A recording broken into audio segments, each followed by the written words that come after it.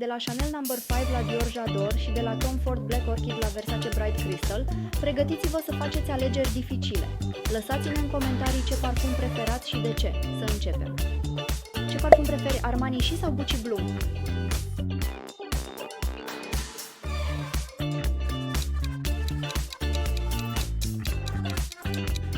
Ce parfum preferi, Chanel No. 5 sau Dior J'adore?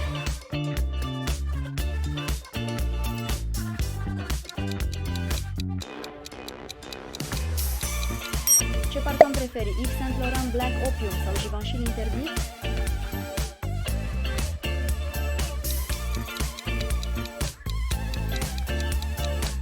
Ce parfum preferi, Hugo Boss Bottled sau Calvin Klein Euphoria?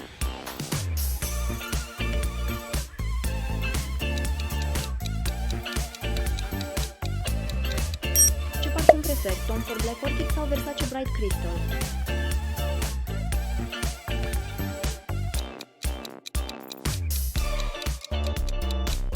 Ce parfum preferi, Bulgari Omnia sau Burberry Breeze?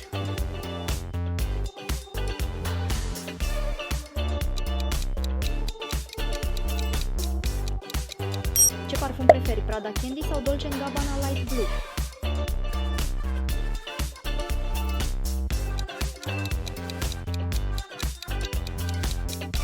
Ce parfum preferi, Lancôme La Vie est Belle sau Estée Lauder Modern Muse?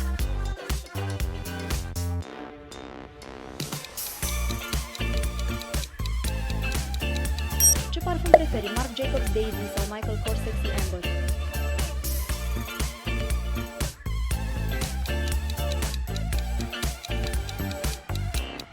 Ce parfum preferi, Paco Rabanne 1 Million sau Jean-Paul Gaultier Le Male?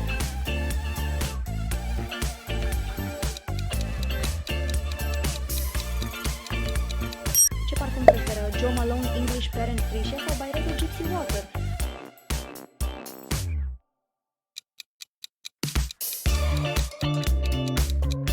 Ce parfum preferi, Viktor & Rolf Flower Bomb sau Maison Francis Kurkdjian Baccarat Rouge 540?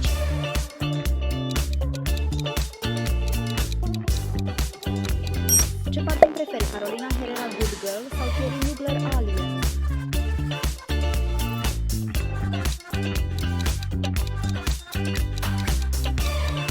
Ce parfum preferi, Montblanc Legend sau Hermès Terre d'Hermès?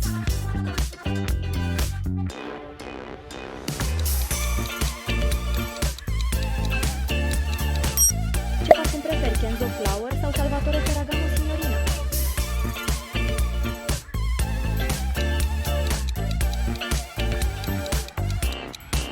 Ce parfum preferi, Guerlain Shalimar sau Azaro Wanted?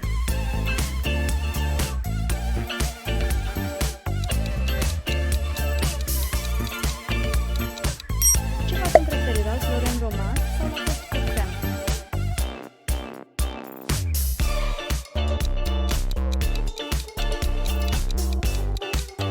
Ce parfum preferi, Isenia Cheleodisei sau Narciso Rodriguez Porfer?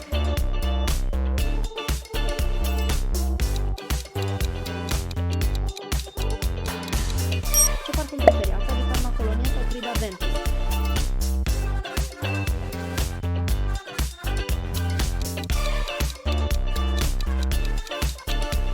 Ce parfum preferi, Bentley for Men sau Jaguar Classic?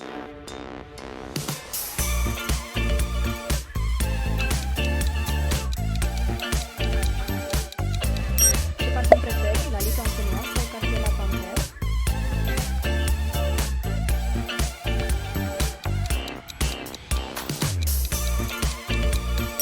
Ce parfum preferi, Roja Parfum Celine sau Amouage Reflection?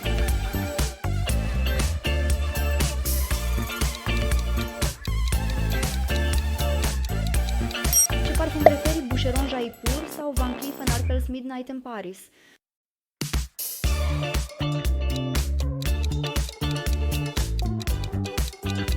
Ce parfum preferi, Hermenegildo Zegna Uomo sau Brioni Eau de Parfum?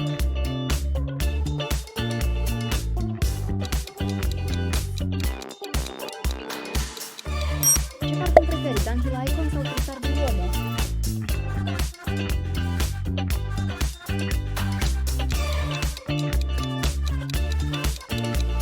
Ce parfum preferi, Mancera Cedrat Boise sau Montale Intense Cafe?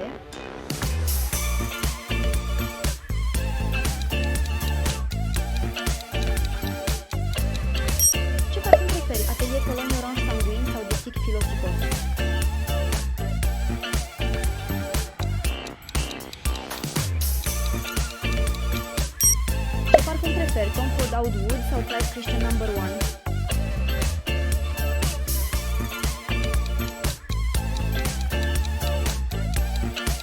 Ce parfum preferi, Bond No. 9 New York Oud sau Cillian Love Country Shy?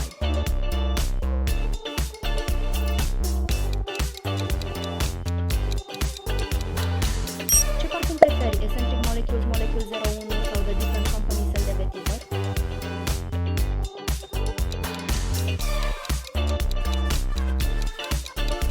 Mulțumim că ați urmărit acest video. Dacă v-a plăcut bătălia parfumurilor de lux, nu uitați să vă abonați și să apăsați clopoțelul pentru a nu pierde următoarele noastre videoclipuri. Lăsați-ne un comentariu cu alegerile voastre și spuneți-ne de ce le-ați preferat. Ne vedem data viitoare.